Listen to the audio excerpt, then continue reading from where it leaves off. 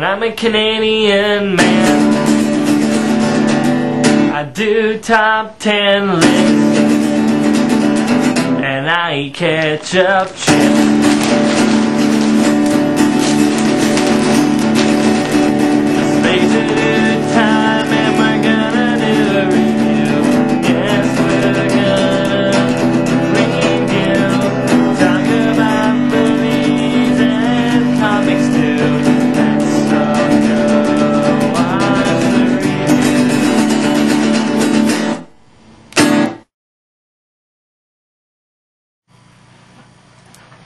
Hey everyone, what's up? It's me, LaserDude99. As you can see, I'm kind of in new duds. Well, this is thanks to the Customize Your Laser Dude. This is the new outfit, the new look. Yeah, you see it says Canada Rocks and stuff. So, a while ago, I was at a camp, and I didn't have videos out for a while, as you may know. And then my camera kind of broke down. And I said to someone during that time that when I got back from camp, I would review all the Batman movies, and that was a while ago. But now here I am. Yes, sirree, I am going to review every single Batman movie that ever hit theaters. Yes, so get ready, because it's time to review the movie known as Batman! Oh shoot! I knew it. Oh, no you don't. Oh, come on, yes, Chris. I gotta do this with you. Oh, really? There's no way around it. Oh. 1989 Batman is me and you. Fine. Alright, so get ready for LaserDude99 and Chris Filmbaker to review Batman.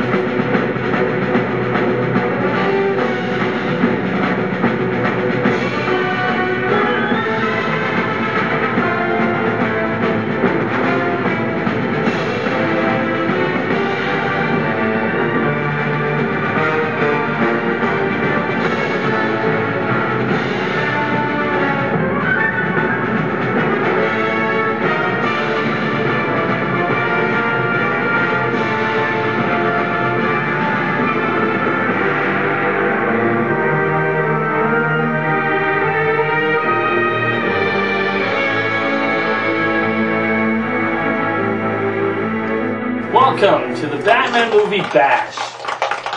Put it down, Chris. Put it down. You're gonna stay in my room. You're gonna follow my. Lend a hand. Oh, lend your hand. Oh, shut up. Shut up. Okay. Go. All right. Let's try to be kind. All right. I'm letting you on my channel. You better not disrespect it.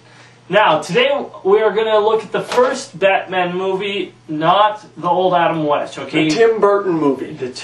Batman, directed by Tim Burton, starring Michael Keaton, Jack Nicholson, and Kim Basinger. Now, we are going to take a look into all the Batman movies, but we're starting with the Tim Burton Batman. Right. Now, this came out in the year 1989, and this was the year I was born, actually, in the year 1989. Mm-hmm. Now, there is a lot of controversy about this. Some people really like it, some people really hate it. And we're going to just show you our opinions on the movie. So let's start. First thing I think we should talk about is set design. Set design. Because this is one of the things that this movie has really been acclaimed for, is the designs of the set. First things first is Gotham City looks absolutely beautiful. The cityscopes, it looks like a real city, but nitty gritty, but it looks like it could be actually real. I agree. And the beginning of the film starts with a hustling and bustling of people. And you don't really know quite what town it looks like, or what city it looks like. It's very unfamiliar. Yeah, it really doesn't look like one city in particular. It looks like something entirely new that doesn't look like a normal city, but it looks like it could kind of exist in the real world. Well, a little bit like Chicago, I'd say. But that's just me. Alright. The scenes of it are really nights. It's really a dark, and usually there's not that many daytime scenes in it, which is what it should be for Gotham City. Mm-hmm. I agree. There is a couple of day scenes that are involved in the city, but you don't really get a lot of big scope out of it. It just looks way better in the nighttime. Now, Danny Elfman's score in this is Like, yes, Danny Elfman. The one score that stuck with people for I was about to say millions, but decades and decades. It was probably his second best score, I'd say. This is after doing three other films with him. He kind of got the hang of it and knew what to do. I think it was his fourth. This was Tim's fourth movie. So he had a lot to go off of, and he knew what he was doing. I guess this next thing to really talk about is acting. Acting. Right.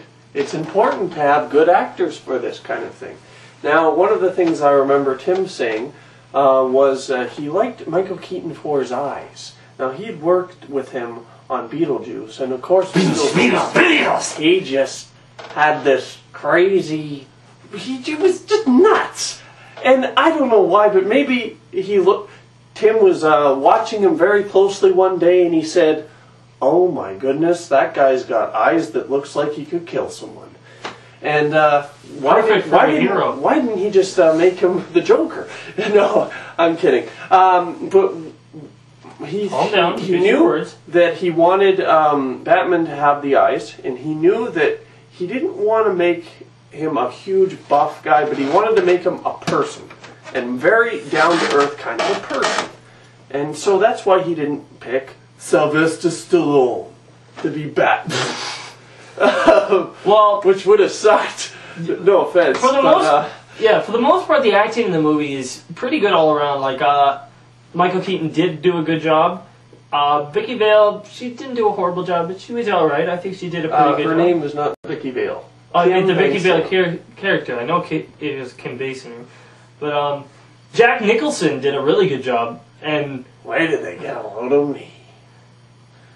But there were some performances and characters that I really didn't like. For example, Joker just fell over. Don't worry about it. For example, Commissioner Gordon or Pat Hingle. Yeah, you didn't like him? More like Plump Hingle. I mean, the guy. I mean, I don't know. He was just a fat guy, and I admit he's better in this movie than in the later movies, but still, he's still a guy. He's just I don't have no idea how a guy that fat could be a police commissioner. Well, here, let me tell you what Pat... Leave him on the floor, Chris. Okay. Let me tell you what Pat Hingle... is that his name, Pat Hingle? Yeah. Okay. Let me tell you what he had that I think was why Tim brought him in.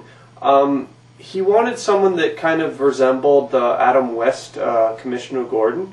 And I think that's why he is in the movie. Because the Commissioner in the Adam West show is kind of similar if you watch the show. I don't.